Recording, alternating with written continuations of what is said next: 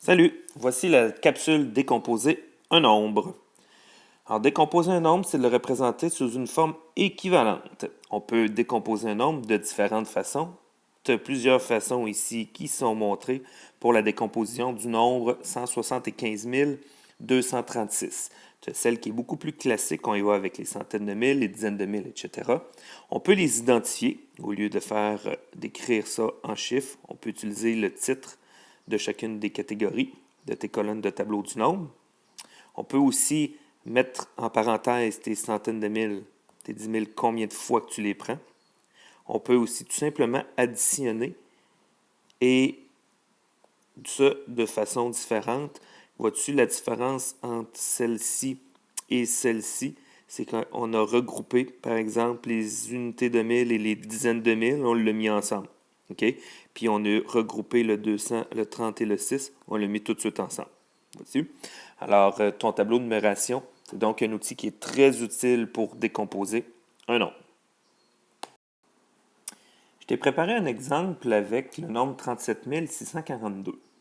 Bon, je viens de m'apercevoir que je n'ai pas mis mes parenthèses sur la première décomposition, mais ce n'est pas vraiment très grave. De toute façon, lorsque tu vas apprendre la priorité des opérations, tu vas te rendre compte qu'on est obligé de faire les multiplications avant les additions. Donc, ça revient au même. Donc, voici 3 fois 10 000, on a notre 3 dizaines de mille. 7 fois 1000, qui nous donne notre 7 dans la colonne des unités de 1000. On est rendu donc à 37 000. Et si on continue, ça va faire notre nombre de départ. Deuxième exemple, 37 000 plus 640 plus 2. Tu vois que j'ai regroupé certains chiffres ensemble. Alors, voici mon 3 des dizaines de mille et mon 7 des unités de 1000. Ça nous donne 37 000. Ici, j'ai 6 centaines et 4 dizaines. Ça nous fait 640, plus le 2. On peut y aller aussi de façon plus classique avec le titre de chacune des colonnes. J'ai 3 dizaines de mille. J'ai 7 unités de 1000. J'ai quand même regroupé ici au niveau des dizaines. J'en ai 64 des dizaines.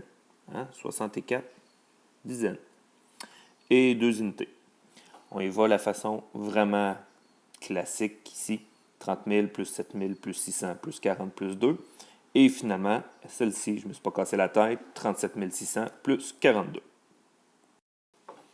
Finalement, dernier exemple, tu auras des fois des problèmes à faire où tu auras à te servir de ton tableau des nombres. Alors, ce que je te suggère de faire, c'est de placer tes valeurs à l'intérieur de ton tableau des nombres et de vérifier ensuite, dans ce cas-ci, ce qui nous manque. On commence avec 59 centaines. Alors, je vais le mettre 59 centaines au bon endroit. Attention, il y en a des fois qui sont tentés de commencer par la colonne des centaines. Ça, c'est 59 dizaines. À ne pas faire, donc. OK? Maintenant, après mon 59 centaines, j'ajoute 2 centaines de mille. Voilà. Et 16 unités de mille. 16 unités de mille, je pourrais le mettre comme ça. Des fois, il y en a qui ne sont pas à l'aise parce que là où c'est 16, puis je veux voir mon 16 d'un côté de l'autre.